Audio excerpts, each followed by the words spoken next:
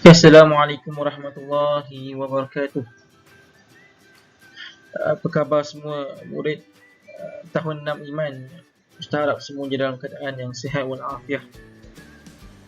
InsyaAllah hari ini kita akan teruskan sambung pelajaran kita pada minggu yang lepas, yang mana pada minggu sebelum ini Ustaz telah terangkan tentang Hamzah Wasal. Cuma pada minggu ini kita akan lengkapkan untuk kita habiskan tajuk Hamzah Wasal. Jadi mana-mana pelajar yang masih tak faham tentang tajuk Hamzah Wasal yang saya terangkan sebelum ni, bolehlah lihat video-video yang ada di dalam YouTube yang Ustaz telah upload berkaitan dengan Hamzah Wasal siri yang pertama.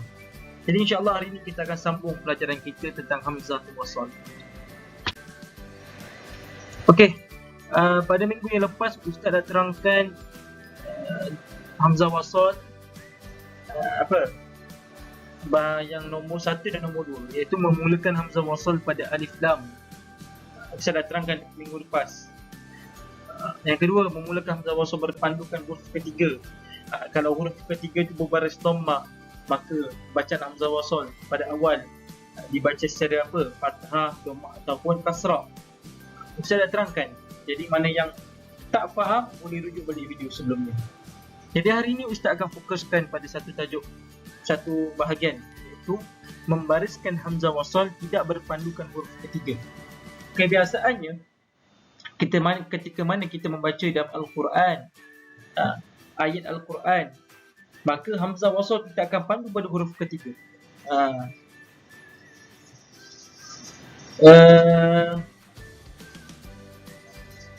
Contohnya, Ustaz bagi apa? Contohnya Hamzah Wasal yang berpandukan kepada huruf yang ketiga ialah contohnya contohnya Udrib. Okey. Huruf ketiga adalah ra tu dah berbaris kasrah. Tapi maka bila mana huruf ketiga berbaris kasrah, yang di depan Hamzah Wasal kena ikut huruf ketiga. Jadi depan baca idrib, bukan baca udrib, bukan baca adrib, ikut huruf ketiga. Tapi pada hari ini kita nak lihat contoh-contoh yang terdapat Al-Quran yang mana Hamzah Wasal tidak ikut pada huruf ketiga. Okey, kita lihat. Okey, ada 3 bahagian. Yang pertama adalah 7 kata nama isim yang Hamzah Wasalnya dikasrahkan. Dalam Al-Quran ada 7 isim, 7 kata nama yang mana Hamzah Wasalnya mesti dibariskan kasrah. Tak perlu ikut pada huruf ketiga pun. Kalau huruf ketiga baris fathah sekalipun, Hamzah Wasal tetap kena baris kasrah. Okey, apa dia? Contohnya, min husmuhul nasihu Isa bin Maryam. Okey, kalau kita sambung Isa bin Maryam. Tapi kalau kita baca dengan kena ibtida, nak baca macam mana? Ibnu Maryam, Abnu Maryam. Bacaan yang betul adalah Ibnu Maryam. Walaupun huruf ketiga adalah baris dhammah, tapi dalam kaedah ketika ini dia tak lihat pada huruf yang ketiga. Maka bacaannya adalah Ibnu Maryam. Yang mana Ibnu Maryam ni adalah kata nama. Anak kepada Maryam. Kata nama lah, isim. Seterusnya apa? Wa Maryam banata. Okey. Ketika kita membaca ibtida, macam mana? Ibnata. Walaupun huruf ketiga itu adalah nun, adalah baris fathah, tapi dalam kaedah ini kita tak lihat huruf ketiga. Apa-apa nama yang terdapat dalam Al-Quran, 7 nama ni, maka kena baca Hamzah Wasal membaca baris kasrah, ibnata. Seterusnya, yudhkaru fiha. Okey. Ismullah. Kita tak boleh baca asmullah. Kita tak boleh baca usmullah. Tetap kena baca ismullah. Seterusnya, id arsalna ilaihimu ithnaini. Kita tak boleh baca asnaini, uthnaini. Tak boleh. Seterusnya, wa in kana rajulun yurathu kalalatan awi imra'atun. Kena baca imra'atun. Seterusnya, ini imru'un. Seterusnya fa'in kanata ithnataini. Tapi kena baca baris ithnataini. Okay, yang kedua, 4 kalimah kata kerja. Apa kata kerja? Iaitu fi'il amar. Kata kerja fi'il amar yang huruf ketiganya berbaris dhammah. Okey, kalaulah dalam Al-Quran kamu jumpa perkataan apa tu huruf ataupun kalimah yang mana kalimah itu merupakan kata kerja fi'il amar yang huruf ketiganya berbaris dhammah, maka hamzah wasalnya kena baca baris kasrah. Contoh ibnu. Ini merupakan kata kerja ibnu, maka baris ketiganya dhammah, kena baca baris kasrah, hamzah wasal ibnu. Contoh lain, iqdu, imshu, berjalanlah. Kata amar kita suruh ni, berjalanlah, imshu. Kita tak boleh baca umshu, tak boleh. Indu haitsu tu'marun, tak boleh baca umdu. Okey.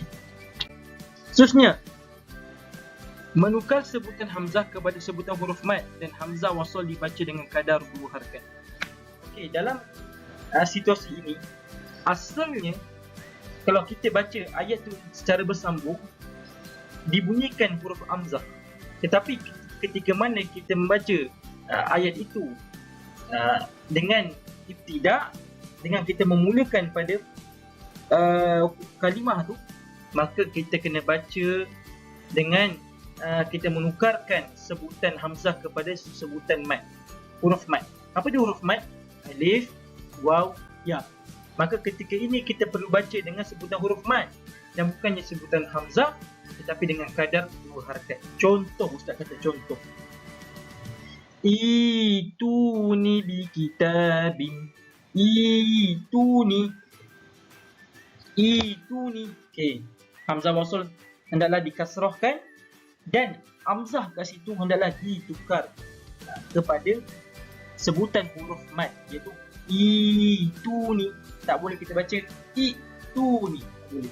Tapi kalau ketika dalam keadaan bersambung, ayat itu bersambung, maka boleh. Contoh apa? Qalu tu bi abaina. Ketika ayat itu bersambung. Tapi kalau kita baca dengan tidak, dengan kita baca memulakan ayat itu saja, maka kena baca dengan sebutan huruf mad.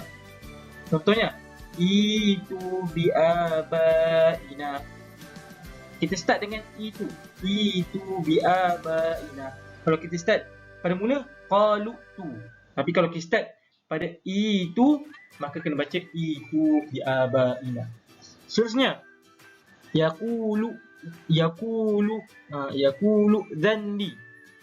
Tapi ketika kita baca dengan keadaan tidak, idhanni, hamzah tak dibunyikan. Iqa'anati di Quran. Ini kalau kita baca dalam keadaan bersambung. Tapi kalau kita baca, kita mulakan ayat itu dengan kalimah iti, maka kena baca dengan sebutan huruf mad, iaitu iti bi Qur'ani. Tak boleh baca i. Tak boleh. Okey, jadi itu saja untuk perkongsian hari ini. Ustaz harap semuanya faham. Okey, mana yang tak faham, tengok balik video yang Ustaz video lepas Ustaz ada upload kat YouTube. Boleh refresh, boleh ulang kaji. Ingat, kita belajar ini bukan kerana imtihan, kita belajar ini kerana ilmu. Kenapa? Yarfa'illahu alladhina amanu minkum walladhina utul ilma darajat. Allah angkat orang-orang yang menuntut ilmu. Allah angkat darjat orang-orang yang menuntut ilmu di sisi Allah. Maka sentiasalah menuntut ilmu dan jangan jadi di antara orang yang malas. Itu saja. Assalamualaikum warahmatullahi wabarakatuh.